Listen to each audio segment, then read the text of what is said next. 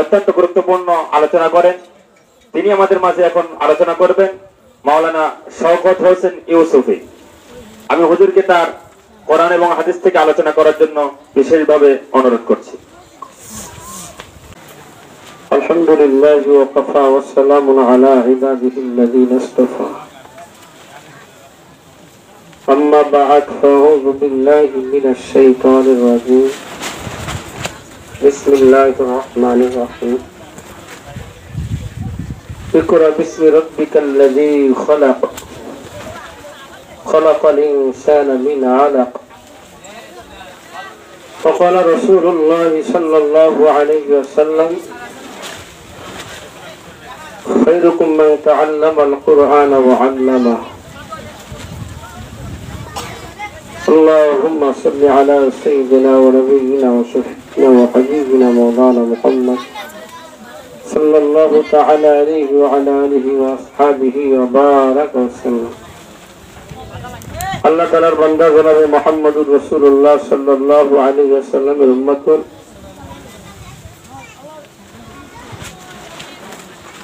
আল্লাহ তাবারক ওয়া তাআলা দ্বীনের নিসবতে উলামায়ে কেরামের সোহবতে অল্প একটু সময়, যেই সময় সারা বাংলাদেশের কোন জায়গায় দ্বীনি আলোচনা নিয়ে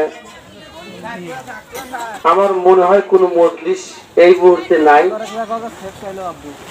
সবাই আযান হওয়ার সাথে সাথে মসজিদের দিকে। যাই হোক, আমরা এখানে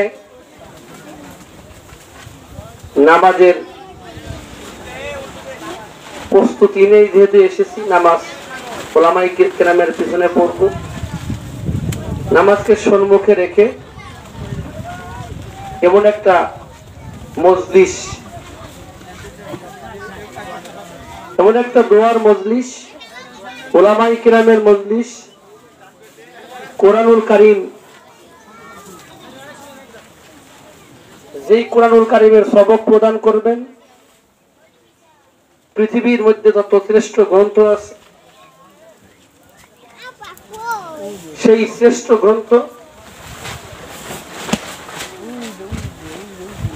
এইটার সবক প্রদান উপলক্ষে আজকের এই দোয়ার মাহফিল আল্লাহ আমাদেরকে কবুল করেছেন, আলহামদুলিল্লাহ।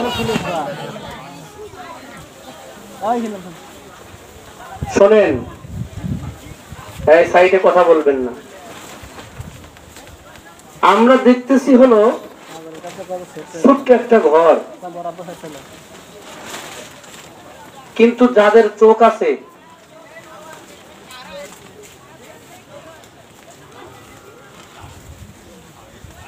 ওনারা এই মাটিতে এসেই আজকের এই মাহফিলের, দোয়ার মাহফিলের যিনি শায়েখ, এখানে এসে ছাত্রদের পরিবেশ দেখে ওনার দিলটা খুশিতে বাকবাক হয়ে গেছে। আর আল্লাহ ওয়ালারা, ওলামায়ে কেরামগণ, হক্কানি ওলামায়ে কেরামগণ যেই মজলিসের মধ্যে এসে দ্বীনি পরিবেশ দেখে শুকরিয়া আদায় করেন, দুফোঁটা চোখের পানি ফেলান, আপনারা মনে করবেন এই মাদ্রাসা এগুলো কারোর টাকায় চলে না। এদিকে খেয়াল করেন, টাকা থাকলেই একজন মাদ্রাসা চালাইতে পারে না। এই মাদ্রাসাগুলো চলে চোখের পানি আর ইখলাস নামক দৌলত আর তাহাজ্জুদের সিজদা। যেই উলামায়ে কেরামের, যেই মাদ্রাসার উলামায়ে কেরামের যত ইখলাস, যেই মাদ্রাসার কমিটিদের যত সহি ইখলাস, ওই মাদ্রাসাগুলো দ্রুত দেখতে পারবেন আসমানের মালিকের কাছে কবুল হয়ে যাবে। আর যখন কবুল হয়ে যাবে, এইটা স্বয়ং আল্লাহ তাবারক ওয়া তাআলা ইতিহাস তালাশ করিয়া দেখেন আপনারা, এই মাদ্রাসাগুলো যে হয়েছে এর মধ্যে শর্ত হলো কবুল। যদি কবুল হয়ে যায়, পৃথিবীর হাজারো মানুষ যদি তার বিরোধিতা করে, ওইটা কেউ প্রতিহত করতে পারবে। শর্ত হলো কবুল। আপনারা যারা এখানে এসেছেন কবুলের জন্য, একটু আপনারা এখানে দুপুটা চোখের পানি ফেলে দোয়া করে যাবেন এই মাদ্রাসার জন্য, মাদ্রাসার তালিবুল ইলমদের জন্য। কারণ এই মাদ্রাসার তালিবুল ইলমরা ওরা যে কোন সম্পদ, এরা এক একজন এক এক আল্লাহর ওলি হবে, মুহাদ্দিস হবে, শাইখুল হাদিস হবে। যদিও একটা আপনার এই ছোট্ট একটা ঘরের মধ্যে শিক্ষার জন্য এসেছে, কিন্তু 20 বছর 30 বছর পরে এই সন্তানদের আপনি তালিকা নিয়ে খবর নেবেন, শুনবেন হাটাদারি মাদ্রাসার শিক্ষক, পটিয়া মাদ্রাসার শিক্ষক, পাবনা আশরাফিয়ার শিক্ষক, বগুড়া জামিল মাদ্রাসার শিক্ষক। এখন যদিও ছোট্ট ছোট্ট বাচ্চা, এরা এক একজন এক এক জায়গার বড় একটা কিছু হবে, কথা বলে।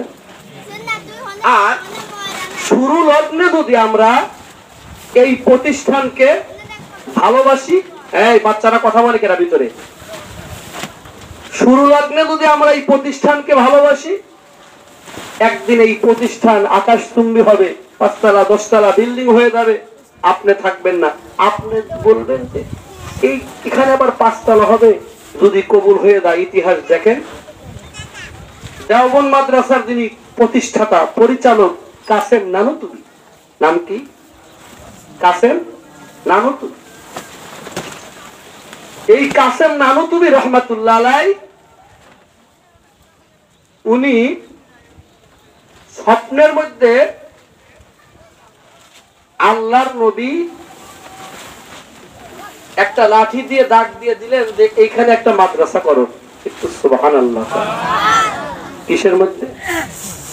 স্বপ্নের মধ্যে। কিসের মধ্যে? কাসেম নানুতুবি সকালবেলা গিয়ে দেখেন যে যেই জায়গায় আল্লাহর নবী মাদ্রাসা করার কথা বললেন, এই মাদ্রাসাটা তো, এই জায়গাটা তো কোন মুসলমানের জায়গা নয়, এই জায়গাটা তো হিন্দুদের জায়গা। কার জায়গা? হিন্দুদের জায়গা। কাসেম নানুতুবি চিন্তা করলেন এই জায়গার উপরে মাদ্রাসা, অথচ জায়গা কার? হিন্দু। কাসেম নানুতুবি দাঁড়িয়ে আছে, হিন্দু জমিদার, উনি হাসতে হাসতে আসতেছে কাসেম নানুতুবির দিকে।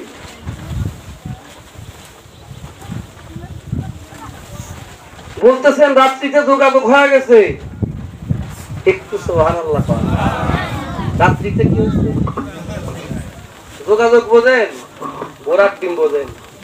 ঘোড়ার ডিম বোঝেন আপনারা, আর আমরা ঘোড়ার ডিম বুঝি। কারণ আমাদের যোগাযোগ এখন এমপির লগে, মেম্বারের সাথে, চেয়ারম্যানের সাথে, এলাকার মাতব্বরের সাথে, আসল মালিকের সাথে যোগাযোগ নেই।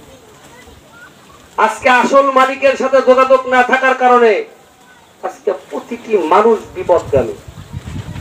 কথা বল। মালিকের সাথে বিপদ সম্পর্ক না থাকার কারণে আজকে আমরা কি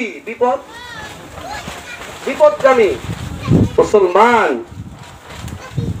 আজকে যেই দুনিয়ায় থাকা যায় না 24টা ঘন্টা, কলিজা ফেটে যায়। 24টা ঘন্টা সেই দুনিয়ার বিকি কোনদিন আপনাদের মাঝে আসেনি? এই যে দাড়ি পাকা লোকগুলি জিজ্ঞাসা করে দেখেন, ওনারা প্রত্যেকজনই একজন না একজনের সন্তান ছিল। জিজ্ঞাসা করেন, বলবেন, ওনাকে জিজ্ঞাসা করেন আপনার বাবা কই গেল, বলবে কবরে। তার মানে কি এই সবেদ হয়ে গেছে, সাদা হয়ে গেছে। আমাদেরও চিঠি এসে গেছে, আমাদেরও কোন দিন জানি যাওয়া লাগবে। কথা বলেন। তাহলে ভালো কিছু না, ভালো কিছু করার ফিকির দিলের মধ্যে নাই। 1 বিঘা সম্পদ আছে, আমি আর 1 বিঘা করার ফিকির করছি। একতলা করছি, আর একতলার ফিকির করতে করতে আমার চুল দাড়িগুলি 1 বছরের মধ্যে অর্ধেক পেকে গেছে। তারপরেও আপনি আপনার সম্পদ করে ওই ঘরের মধ্যে আপনি 5 বছর, 10 বছর, 20 বছর থাকতে পারবেন, গ্যারান্টি নাই। আজকে মাদ্রাসার তালিবুল ইলমদের ব্যাপারে বলা হয়, যারা কোরআনের হাফেজ এত তারা জান্নাতের মধ্যে থাকবে। আমার দিল বলে এই মাদ্রাসার ছাত্রদের পিছনে যারা সময় ব্যয় করবেন, বেরেন ব্যয় করবেন, টাকা ব্যয় করবেন, এক জায়গায় একটু লাঞ্ছিত হয়ে আসবেন ওদের জন্য, কাল কিয়ামতের ময়দানে ওই বাচ্চাদের কারণে আপনাকে ওই বাচ্চাদের মর্তবা দিয়ে জান্নাতের মধ্যে রাখবেন, কোনো সন্দেহ নাই। খেয়াল করেন, এমন জীবন করিবে গঠন, এমন জীবন করিবে গঠন, মরিলে হাসিবে তুমি, কাঁদিবে ভুবন।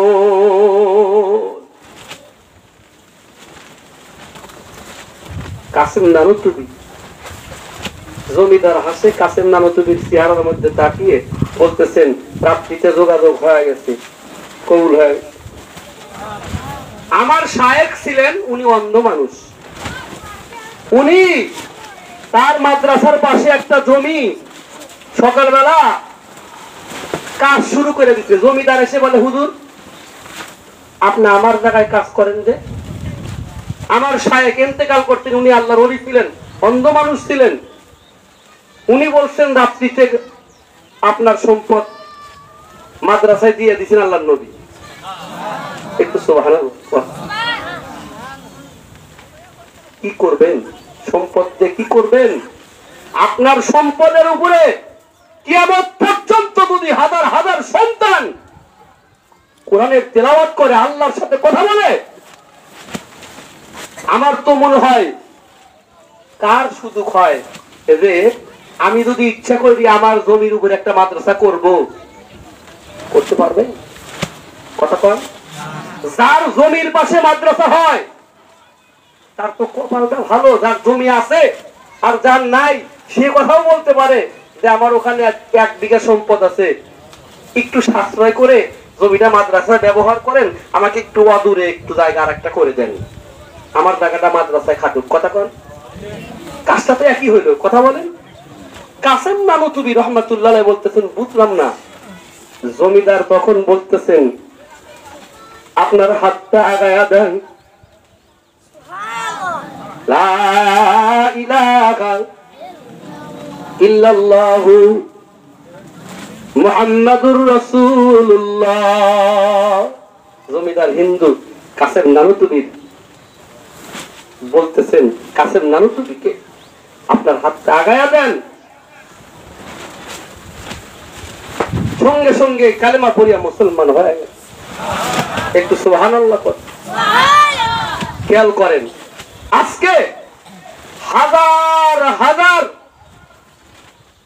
উলামায়ে কেরামগণ প্রত্যেক বছর দাওরা হাদিস শেষ করে ওনারা বাহির হয়। হাজার হাজার সন্তানদের মধ্যে 6 মাস পরে খবর নেবেন, একটা সন্তানও বেকার নাই। কথা বলেন। আর যেই ছেলেটা বিশ্ববিদ্যালয়ে লেখাপড়া করলো, কলেজে লেখাপড়া করলো, হাজার হাজার টাকা ব্যয় করলো বাবাই, সেই ছেলেটা এমন বেকার হয়ে যায়, 1 সিগারেট 3 জন মিলে খায়। কথা বল না, 1 সিগারেট কয়জন খায়? 3 জন খায়। ইংরেজিতে ভিক্ষা করতেছে। ইংরেজিতে একজন প্রশ্ন করছে, আপনি ইংরেজিতে ভিক্ষা করেন কেন? বলতেছে, আমার 3 বেটা জেনারেল শিক্ষিত, একটা অমুক দেশে, একটা অমুক রাষ্ট্রে, আর একটা অমুক রাষ্ট্রে। এখন আমি বাংলার জমিন, আবার আমাকে দেখার মতো কেউ নাই। আপনি স্বপ্ন দেখেন, আপনার স্বপ্ন চুরমার হয়ে যাবে আপনার সিদ্ধান্ত যদি ভুল হয়। কথা বলেন না কে? দাদে হকরা কাবিলিয়াত শর্তে নিস, বালকে শর্তে কাবিলিয়াত দাদেউস। কবুল হন, কবুল হলে আপনি দুনিয়াতেও বাদশা, আখিরাতেও বাদশা।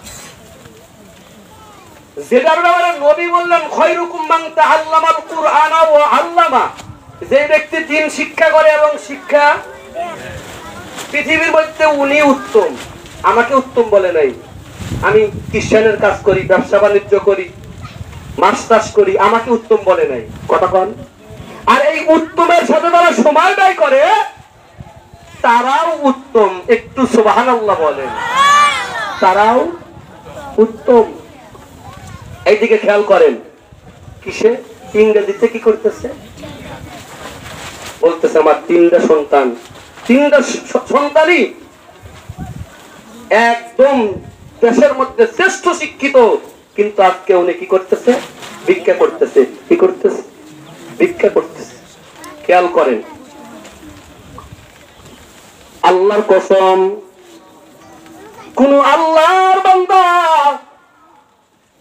মাদ্রাসাকে আল্লাহর জন্য, আমার বেঁচে থাকা, ইন্না সলাতি ওয়া নুসুকি ওয়া মাহইয়ায়া ওয়া মামাতি লিল্লাহি রাব্বিল আলামিন, সব কিছু যখন আল্লাহর জন্য হবে, সব কিছু বান্দার জন্য সহজ হয়ে যাবে। কথা বলে কি হয়ে যাবে? সহজ হয়ে যাবে। খেয়াল করেন, আর একটা কথা বলেই, আমার এই চোখ দিয়ে বহুত আল্লাহর ওলি আমি দেখেছি।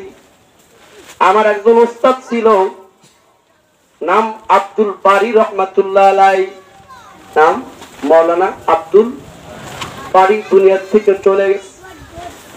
উনিও একটা মাদ্রাসা চালাইতেন অল্প একটু জায়গার মধ্যে, পিছনে বাড়ি, সম্মুখে বাড়ি, চতুর্দিকে বাড়ি, পানি পর্যন্ত গড়াইতে দিত না। সব মানুষ হিংসা করত। কি করত? হিংসা করত। মাদ্রাসার মধ্যে যখন খাবার থাকতো না, সন্তানরা আগামীকাল সকালবেলা কি খাবে?